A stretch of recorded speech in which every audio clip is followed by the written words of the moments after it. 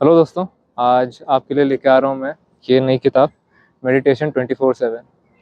Meditation किसी न किसी फॉर्म में आपने किसी न किसी तरीके से सुना ही होगा, आपके कान में खबर पड़ी होगी। खास तौर से भी कुछ समय पहले ही योगा दिवस बीता है, तो मेडिटेशन वर्ड भी आपके लिए कुछ पुराना नहीं होगा। आप इंटरनेट पे मेडिटेशन शब्द एंटर कीजिए, आपको वहाँ पर अनेकों विधियाँ मिल जाएंगी मेडिटेट करने के लिए। जो कीवर्ड वहाँ पे उठ के आता है ज़्यादातर लोगों के लिए वो ये रहता है कि आपको उससे शांति मिलेगी, आप उससे काम हो जाएंगे। आपकी ज़िंदगी में जो भी उथल पुथल चल रही है, आपको उससे राहत मिलेगी।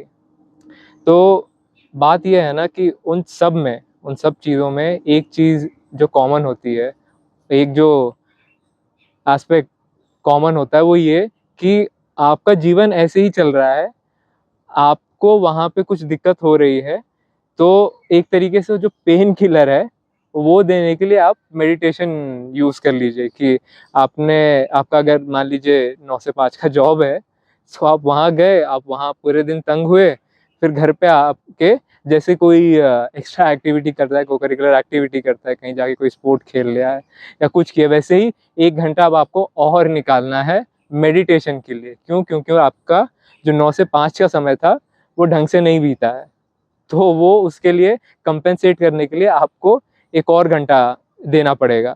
और आप हर दिन यही करते रहेंगे, आपकी लाइफ वैसे ही चलती रहेगी, लेकिन उससे आप बाहर निकलने के लिए आप वो पेन किलर मेडिटेशन का लेते रहेंगे। तो ये जो मेडिटेशन वर्ड है, इसका एक सही अर्थ समझना कि ये है क्या? ये सिर्फ पेन किलर है आपके लिए? क्या ये इसका काम सिर्फ इतना ही है कि आपका जो दर्द है बस वो दूर कर दे थोड़े समय के लिए, ताकि अगले दिन फिर से आपको वही दर्द झेलना पड़े? तो इस बात को अच्छे से समझने के लिए, इस बात को और गहराई से समझने के लिए ये किताब है। ये किताब आपको विधियाँ नहीं देती हैं कि ये अब आपके सामने एक मेडिटेशन का एक पूरा नया ही तरीका खोल दिया कि जो आप सब कर रहे थे वो सब भूल जाओ, ये लो एकदम नया तरीका। नहीं, किताब ये उस बारे में नहीं है। ये आपको पहले तो सवाल पूछती है कि मेडिटेशन आपके लिए है क्या? जो अभी करंटली आप जैसे मैं बता रहा था कि कई सारी विधियाँ आपको मिल जाएँगी इंटरनेट पे। उन सभी विधियों के बारे में ये क्वेश्चन उठाती है कि ये किन-किन चीज़ों पे फ़ोकस करते हैं। उदाहरण देता हूँ, जैसे एक प्रकार का मेडिटेशन होगा जहाँ पर आप अपने ब्रेथ पे फ़ोकस करेंगे। एक प्रकार का होगा जहाँ पे आपको कहा जाएगा कि आप बैठिए और अपने विचारों को देखिए कहाँ क्या-क्या चल रहा है, और ऐसे स्टेट में चले जाइए कि आपके सारे विचार ही शांत हो जाएँ। ठीक है? और एक आपको होगा कि कहीं किसी एक चीज़ को एकदम एकटक देखते रहिए। तो इन सब से हट के मेडिटेशन, ध्यान क्या चीज़ है? उसकी ज़रूरत क्या है? वो बात ये किताब आपके सामने रखती है। मैंने जो भी पॉइंट्स कहे, जो क्वेश्चन्स आपसे कहे, मैं आपको वो इसके इंडेक्स के माध्यम से बताना चाहता हूँ। मैं आपको इसके इंडेक्स रीड आउट कर देता हूँ कि इसके इंडेक्स में कौन-कौन से चैप्टर्स हैं जो इस बात को एड्रेस करते हैं। तो आपको उससे ना एक हल्का अंदाज़ा लग जाएगा। ये रहा आपके लिए इंडेक्स। हाँ, शुरुआत का पहला चैप्टर ही आपके लिए व्हाट इज़ मेडिटेशन। दूसरे में है कि what is Vipassana meditation. Vipassana meditation ये भी एक मेडिटेशन की विधि ही है, जहाँ पर आप अपने जो आपकी साँस की गति है या जो आप ले रहे हैं, छोड़ रहे हैं साँस, इस पर ध्यान देने की कोशिश करते हैं। फिर मिथ्स अबाउट मेडिटेशन है, और जो माइंडफुलनेस का पूरा मूवमेंट चला है, उससे रिलेटेड ये एक चैप्टर है कि beware of the mindfulness movement and mindfulness project, how to med. हाँ, और फिर ये जो टॉपिक्स कवर किए हैं ना, आपने बुक का शुरुआत में चैप्टर ये नाम देखा है 24/7। तो ये जो भी विधियाँ अभी हैं विपासना की, जैसे एक उदाहरण दिया था मैंने, और वैसे ही जो अनेकों विधियाँ हैं, ये आप देखेंगे तो ये आपको सजेस्ट की जाएँगी कि आप इसे आधा घंटा कीजिए, एक फिक्स्ड अमाउंट ऑफ टाइम के लिए कीजिए। लेकिन यहाँ पर जो मेडिटेशन की बात की जा रही है ना, वो आपके लिए 24 घंटा है, 7 दिन है हफ्ते के लिए, पूरे आपके जीवन के लिए। यहाँ पर ऐसा नहीं है कि कोई एक अलग से ये एक्टिविटी होगी आपके लिए, जो चल रहा है ना आपकी ज़िंदगी में, उसको देखने की बात होगी ये। इसी से रिलेटेड जो एक चैप्टर आता है डेडिकेटेड, मैं आपको बता देता हूँ, एक मिनट बस दिए दीजिए मुझे ये। हाँ, ये रहा आपके लिए चैप्टर 6 पे कि how to meditate continuously for 24 hours. ध्यान रखिए, जैसे मैंने भी कहा, इसका मतलब ये नहीं कि आपको 24 घंटे सांस पर ध्यान देना है, नहीं। यहाँ पर ये होता है कि आप 24 घंटे जो भी काम कर रहे हैं उस पर ध्यान दीजिए, उस पर ध्यान देने की ज़रूरत है आपको। इसलिए नहीं कि आप उसमें बेहतर हो जाएंगे, नहीं, बस ध्यान देने की ज़रूरत है कि आपको उससे मिला क्या, आपने क्यों किया उसे। जो करने वाला है आप, है ना, आप करने वाले हैं, तो आपने क्यों किया है, आपको उससे मिला क्या है, इस पर ध्यान देने की बात हो रही है यहाँ पे। इसको यहाँ पर ये एज मेडिटेशन आपको सामने रखा जा रहा है। फिर और भी इसमें चैप्टर्स जैसे बताए जा रहे हैं कि इतनी सारी विधियां हैं, तो which method of meditation is correct. और चूंकि इतनी सारी विधियां हैं तो उनकी अपनी पिटफॉल्स भी हैं, तो the pitfalls in the practice of mindfulness.